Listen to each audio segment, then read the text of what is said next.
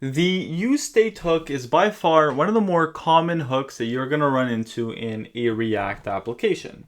And why is that?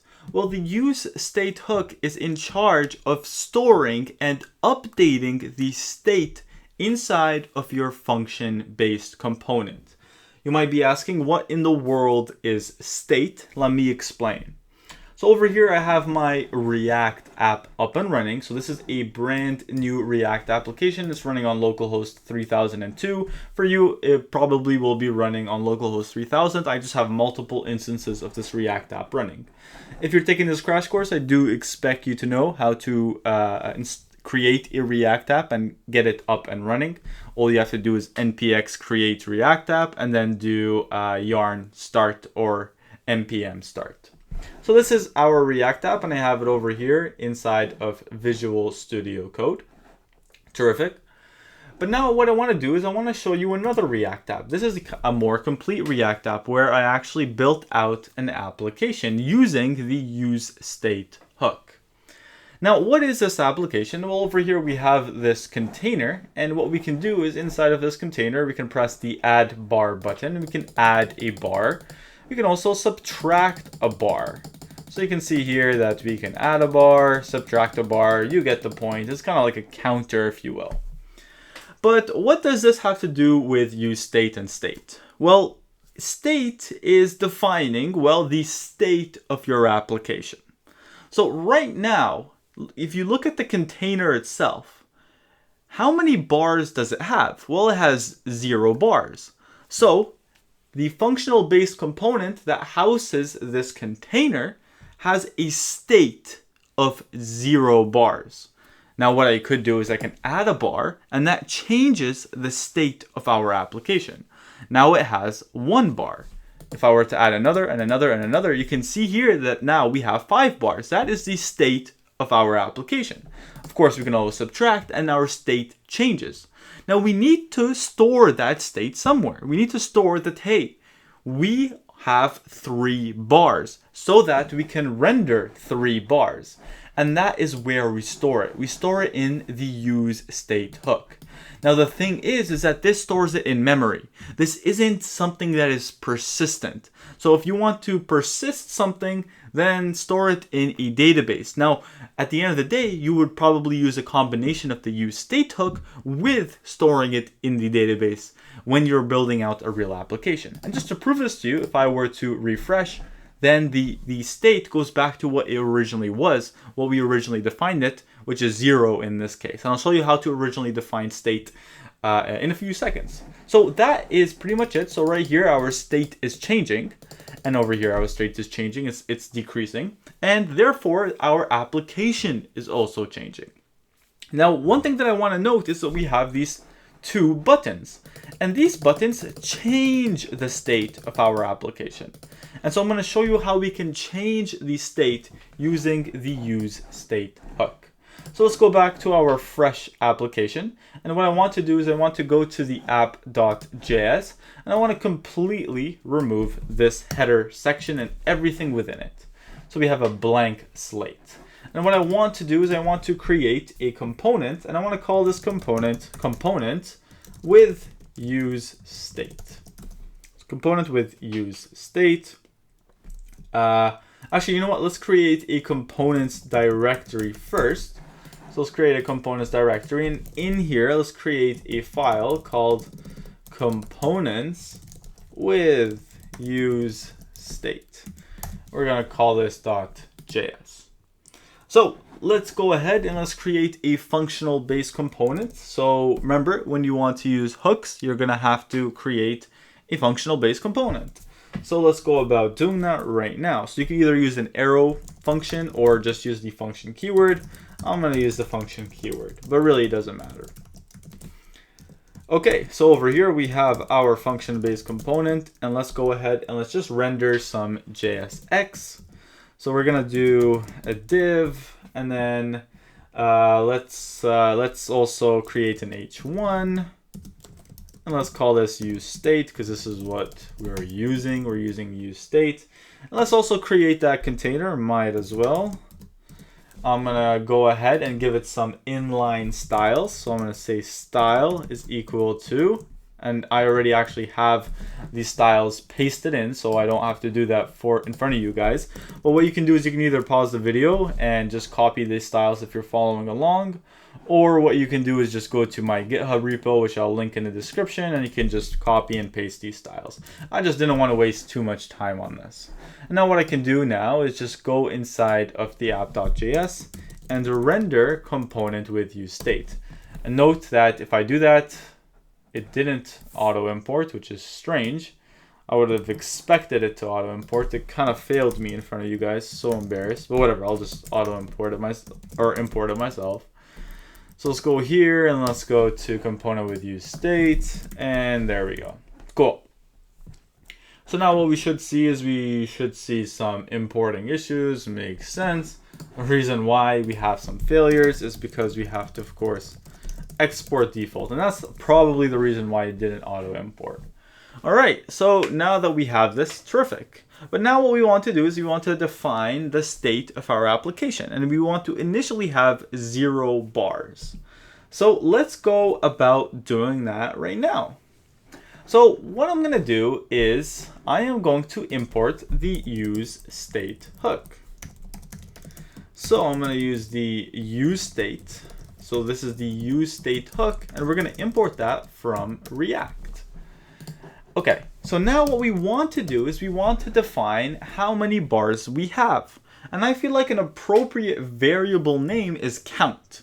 Count. This counts how many bars we have. If the count is equal to 5, then we should display 5 bars. If the count is equal to 1, then we should display 1 bar. So let's go about doing that right now. So what we want to do is we want to say const, and then we specify an array. I'll show you guys exactly what this array is doing in a bit, but then we say useState. Okay, cool. So what is happening here? Well, over here we have const array. Again, I'll show you what we're doing here. And then we have useState. We're invoking useState. So we're saying here that we want to, useState to define a state inside of our application. Now this array is going to take 2 values in. I'll explain what the second one is in a bit, but I'll explain what the first one is right now. The first one is that actual variable that is going to store our state. And I said that I am going to define that as count. So you know what? Let's just go ahead and let's console.log count. So we're going to go ahead and console.log count. And if I were to console.log, you can see here inside of the console that it is undefined. Strange. Why is that? Well, the reason why that is because the initial value of our useState of count is undefined. And again, why is that? Well, because right in here, when we invoke useState inside of the parentheses, that is where we define the initial value. For example, we could say undefined. And over here, if I were to refresh, you can still see undefined. Now this might be useless to you, but we could also say null. And over here, you can see that now our initial state is null. But you know what? What's most appropriate? The count initially should be 0. So let's define it as 0. So let's go ahead over here, and if you were to refresh, you can see 0. Terrific. That's awesome. That's what we want. Okay, so let's go ahead and let's start rendering some bars. Okay, so how do we do that? Well, let's first create a bar. So what I'm going to do is I'm going to say, let's create a div. And I'm going to go ahead and just style this with you. It's going to be a very quick style. We're going to say background color. We're going to do inline styles for all of this just to make everything really quick. So we're going to say background color. We're going to say RGBA. We're going to say 212, 113, 211, and then 0.3. It's going to give us that purplish color. We're going to say the height is 100%. And then we're also going to say that the width is 10%. Okay, cool. So now you can see that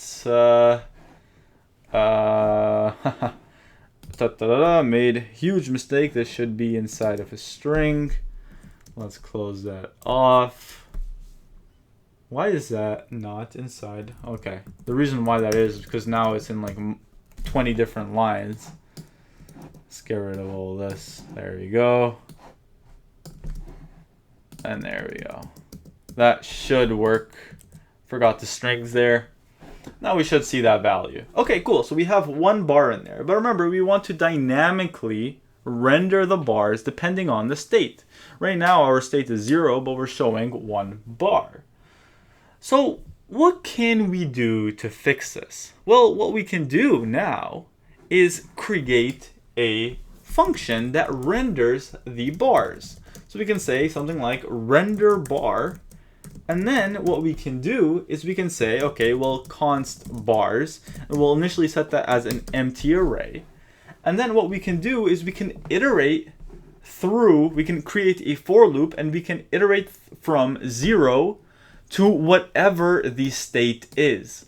And then for each iteration, what we can do is we can just push this JSX element inside of this bars array, and then just render this bars array over here. So let me explain. So let's go ahead over here and we'll say let I is equal to 0. And then over here, so long as I is less than the count. Remember, the count is initially 0. So long as I is less than the count, and we'll do I plus plus. And now what we can do is we can do bars dot push, and we can go ahead and push this JSX element. So let's go ahead over here, let's cut that out, and we're going to push this JSX element, and then eventually we are going to return the bars. And now what we can do is we get an array of JSX elements. So now what we can do, when we get an array of JSX elements, React is smart enough to know that and render those as a list. Now, of course, here you can also add a key, but I'm kind of too lazy to do that, so I won't do it here. So now if we were to go back, you can see that it is 0. Now if I were to change our state to 5, you can see that we get 5. That is incredible. That is amazing. That's exactly what we want. So you can see here that now, because of this count state, we're rendering different things inside of our application. And that exactly is what useState is used for. It's to store state so we can render the appropriate things inside of our React application. Awesome. Okay, terrific. That is incredible. Now we need to move on to, well, how do we update state?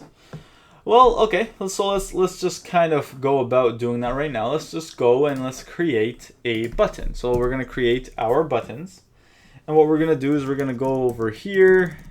For some reason, I don't think I have emmet installed. So that's why this is failing for me. And then we're going to say over here, subtract bar. And over here, what we can do is we can add the bar. And you can say here, okay, maybe we have an on-click event, and this is an arrow function. And okay, we can update the state very easily. We can say something like count is equal to count plus 1. And now if we were to refresh this and we were to add, it breaks. It completely breaks. And the reason why this completely breaks is because this is not how we update state. We never update the state itself, the variable itself. We never do that.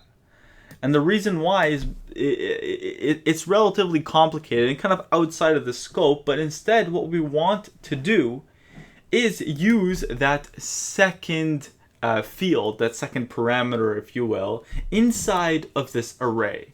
And this is going to be a function, if you will, that is going to change the state. And typically what this is called is set, and then whatever your variable that you called it. You can call this whatever it is that you want, but this is going to be a function that is going to change this state. So now what we can do over here is we can say const, and over here we can say, instead, inside of this function, we can say set state, and over here we can say whatever the count is plus 1. And that is more appropriate. So we can say here plus 1, and then over here, we haven't added the subtract functionality. So now what we can do is we can also do the same thing over here. And again, this is in charge of changing our state, but this time we are subtracting 1. So now let's go back over here. Let me just refresh. Oh, or we can not refresh. That's fine. Okay, terrific. And that is pretty much really all you need to know about useState. Now, one thing that you might also want to do is you want to ensure that, hey, maybe we don't reach over 10. Because remember, these are 10% bars. And what we want to do is we get a maximum of 10. We probably don't want to add more. So what we could do is we could create a function over here. And we can call this const change count. And over here we can say the operation. So we can say whatever the operation is, whether it's subtract or minus. And over here we can say, okay, well, if the operation triple equals add, then what we can do is we can say, okay, if the count is less than 10, remember here we're storing the state, then what we can say is we can say set state to count plus 1. Now similarly over here we can do else subtract, but I'm just going to say else here. And over here I can say also if the count is less than 0, then we can set the count to count minus 1. And over here now all we really have to do is instead of having this this part, all we really have to do is just say change count, add, change count, subtract, or add, subtract. Again, now if we were to go here, refresh, now notice that as soon as I press this, you can see that it goes back down. All right, terrific. So that is useState. Now there's one thing that I do want to note. So useState is always used in a functional based component. Absolutely important. You cannot use this in a class based component. Another thing is that you cannot use it outside of the function based component. So if I were to define this outside, our application will fail. React hook must be called at the top level of a React hooks function component. So you cannot use this outside. And one thing that I also want to note is you can have multiple useState hooks. And this is very, very common because you might have more than one useState. So maybe you can have here saying, I don't know, hello. And then over here we can set hello. You know what? Maybe message or title. And then over here we can say set title. You know what? I'm going to change it to message. I'm kind of winging this on the fly. So say message, set message. And over here we can have useState. Initially we can say you're not even close.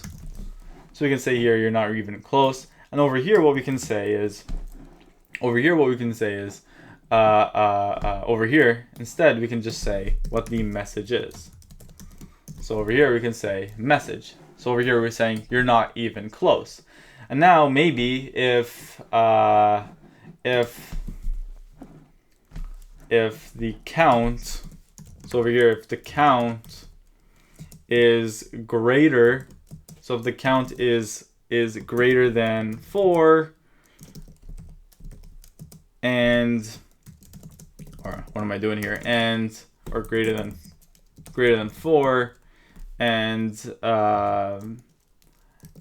count is less than or equal to 9, we can change this.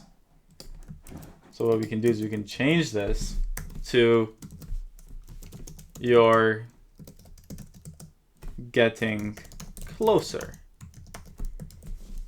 Okay, cool. So you can see here that I'm not gonna do the continuous logic, but all I'm really trying to illustrate here is that you can see that we can have multiple pieces of state. Now, of course, when we want to subtract, we might want to change it right back to where it is. Plus, you also probably want to fix the your. But you can see we can have multiple pieces of state. So, and the state can be of any data type. It could be an object. It could be an array. It could be a Boolean. It could be of any data type.